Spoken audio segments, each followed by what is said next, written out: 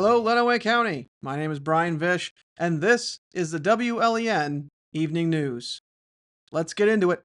Michigan wheat growers will gather at Michigan State University on June 25th for the 13th annual Michigan Wheat Field Day, now paired with the MSU Weed Tour for a one-day agricultural doubleheader. The joint event begins with the MSU Weed Tour in the morning and continues with the Michigan Wheat Program's Field Day at the Plant Pathology Research Center on College Road in Lansing. Wheat Field Day registration opens at noon with field presentations and research updates scheduled throughout the afternoon. The collaboration aims to provide growers with expanded opportunities for learning and engagement. Wagon tours will highlight Michigan Wheat Program funded research in disease management, planting optimization, fertility inputs, and herbicide strategies. Presenters include MSU researchers Marty Shilvers, Eric Olson, Manny Singh, and others. Following the formal program, attendees may travel to the Mason Research Farm for an additional walking tour of wheat variety trials and canopy studies. The MSU Weed Tour begins early in the day at 8:30 a.m. with field tours starting at 9:30 a.m. Registration is $30 before the 19th and $40 on site. The fee includes a copy of the 2025 MSU Weed Guide. Details are available at miwheat.org. Wheat Field Day attendees will be eligible for a RUP and CCA credits. The event concludes with closing remarks and evaluation at 4:10, followed by the optional Mason Tour at 4:30. The Michigan Wheat Program continues to prioritize grower education and research investment. Field Day registration is available online at miwheat.org under the Action Needed/Sign Up section. The City of Tecumseh has amended a rezoning agreement to accommodate the ongoing rehabilitation of the former Hayden Ford Mill building. The property, located at 703 East Chicago Boulevard, was sold by the city last year. WLEN News spoke with City Manager Dan Swallow about the plans for the building and how the amended agreement fits in with those plans. We're working with a developer on the rehabilitation of the Hayden Ford Mill. One of the uses they want to look at for that building is an event center. As part of that event center, they want to have suites for like bridal suites if somebody wants to have a wedding there. And so under the current rezoning agreement that was passed a number of years ago, it does restrict hotels or motels. So we wanted to pull that restriction out so they could accommodate that use in the building if they decide to go forward with the event center. Adrian Public Schools are finalizing their budget for the 2025 through 26 school year. The Adrian Board of Education held a budget hearing at their regular meeting on Monday, led by business manager Dan Pena. Since the state's overall education budget has yet to be decided, the school must anticipate the most conservative per-pupil spending increase, which currently sits at $392. This number is based on expected decrease from 50 students in the school's student population. WLEN News spoke with Superintendent Nate Parker, who explained further. Every year we got to make a couple assumptions. One of those assumptions is what the state's going to give us in terms of the per pupil increase. The other assumption we have to make is what our student enrollment's going to be. And that's based on, again, we're making assumptions. We look at trends. We look at a 3-year trend. We look at a 5-year trend. We look at birth rates. We look at the population declines in the state of Michigan, and we have to come up with a number that we think is realistic for where our student enrollment's going to be. So that's where you see that, the reduction of 50 is based on, do we really think we're going to lose 50 students? We could, based on birth rates, based on the population decline, based on all the trends we're seeing. We really monitor all those things. And then when we actually get that number in the fall, that's why we do a November budget amendment, is because at that time the state has their budget out, so we actually know our per pupil funding. We then know what our enrollment really is, and those two factors together drive most of our revenue. The board will vote to approve the budget at their next meeting on Monday, June 23rd at Adrian High School. A second suspect has been arrested in connection with a non-life-threatening shooting that took place June 5th in the Standish Dam area of Tecumseh. According to the Tecumseh Police Department, a 26-year-old Tecumseh man was taken into custody on June 10th following an investigation into the incident.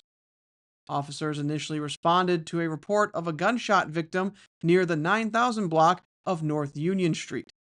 though the location of the shooting was later confirmed as the Standish Dam area on Birch Street. The suspect is currently lodged at the Lenawee County Jail, pending arraignment on multiple felony charges. His arrest follows the earlier apprehension of a 31-year-old Tecumseh man on the day of the incident. That individual is also being held at the county jail on felony charges. Both arrests stem from a case that involved conflicting location reports and an extensive follow-up by Tecumseh police investigators. Law enforcement believes all individuals involved have been identified, but the investigation remains active. Authorities urge anyone with additional information about the June 5th incident to contact Detective Androvic at 517-423-7494, extension 218. A local veteran has been awarded $3,499 from the Lenawee County Veterans Relief Fund to assist with mortgage costs. It was the only completed application received during the June cycle. The update was announced during the June 13th meeting of the Lenawee County Department of Veterans Affairs Executive Committee.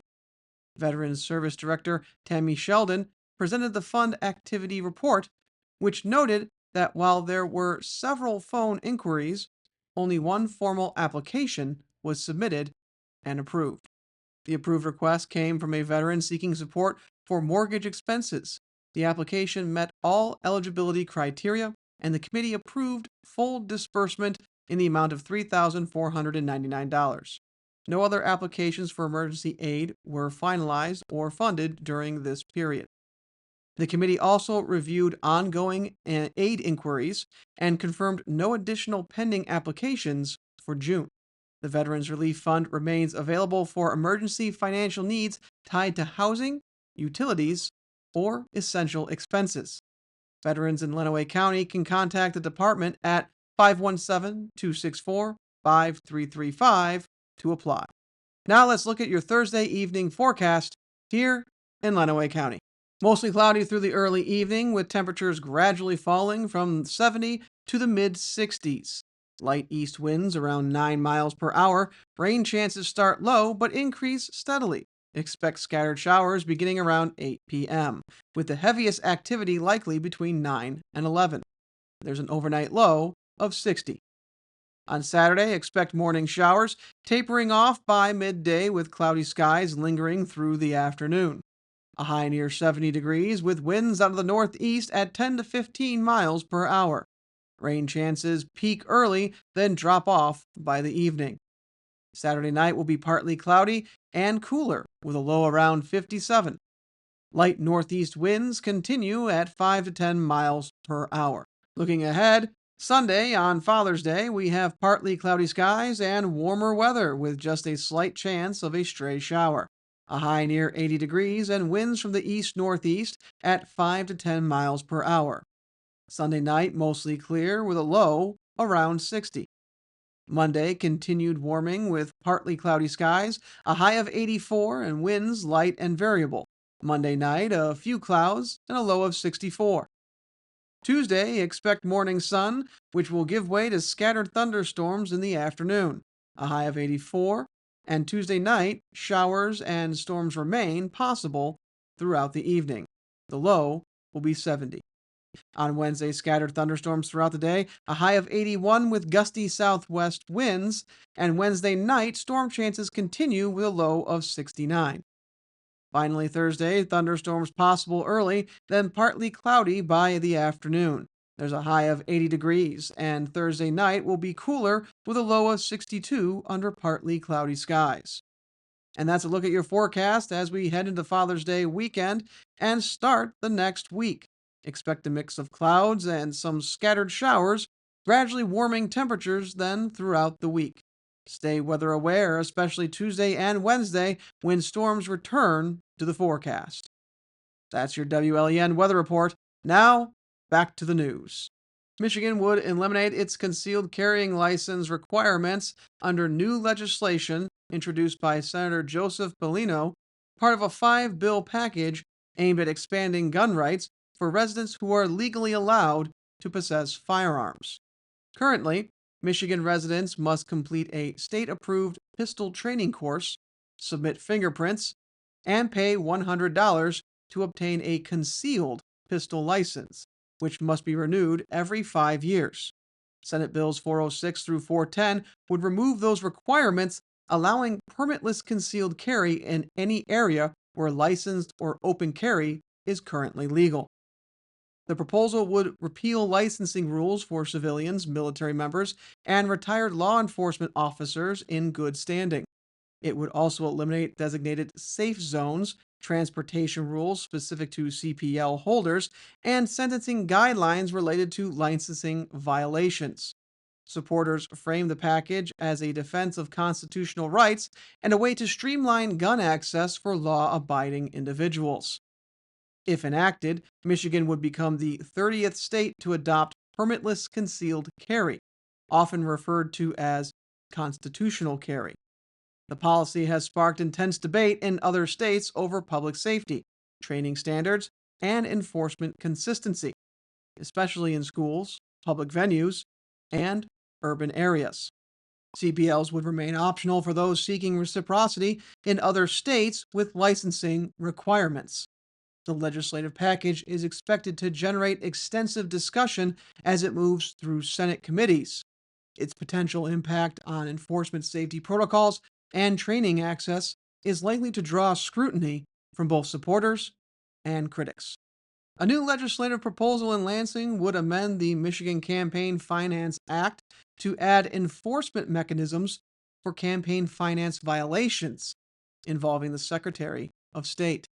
Senator Jonathan Lindsay and Rep. Angela Rigas introduced Senate Bill 422 and House Bill 4642 following a determination by Attorney General Dana Nessel that Secretary of State Jocelyn Benson had violated campaign finance rules.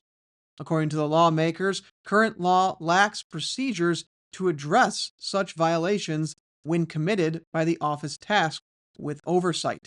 The legislation would require complaints related to the Secretary of State, their family members, or affiliated campaigns to be referred directly to the Attorney General. It also outlines how violations would be addressed, including options for informal resolutions, civil fines, and criminal charges. All actions would be subject to the public disclosure, including complaints and final agreements. The proposal arrives amid ongoing partisan debate over election administration and transparency. Supporters describe the bill as a safeguard against conflicts of interest.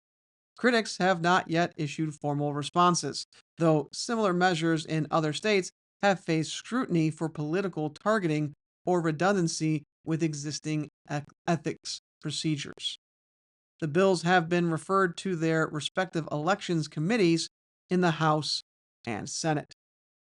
If adopted, the legislation would alter how campaign finance complaints are handled when they involve the Secretary of State, especially, creating a separate enforcement track to avoid perceived conflicts. The proposal is expected to generate debate as it advances through the legislative process. And finally, tonight, Congressman Tim Walberg of Michigan's 5th District voted Wednesday in support of the Rescissions Act, a federal rollback package that cuts $9.4 billion in previously authorized funding across several agencies and programs. The bill, formerly titled H.R. 4, codifies recommendations from the Department of Government Efficiency, an entity with limited public visibility, aimed at eliminating what it identifies as wasteful spending. The legislation includes $8.3 billion in rescinded foreign aid appropriations and $1.1 billion originally earmarked for public broadcasting services. That $1.1 billion rescission specifically targets the Corporation for Public Broadcasting, which allocates funds to National Public Radio and the Public Broadcasting Service. Both organizations operate as nonprofit media outlets offering public access programming and educational content. In a statement following the vote, Walberg said the cuts advance House Republicans' broader fiscal strategy and reflect ongoing efforts to address the federal government's debt load, which recently surpassed $36 trillion. While the legislation passed the House, the final impact on programming and grants remains uncertain. CPB previously reported that federal appropriations make up a core portion of its operating support for hundreds of local stations, especially in rural areas. If enacted, the Rescissions Act would reduce discretionary spending authority but would not automatically redirect the eliminated funds. A separate appropriations process would determine future use. The Senate has not yet scheduled a vote on this measure. And that's it for the WLEN Evening News. Have a great weekend, Lenawee. I'll see you on Monday.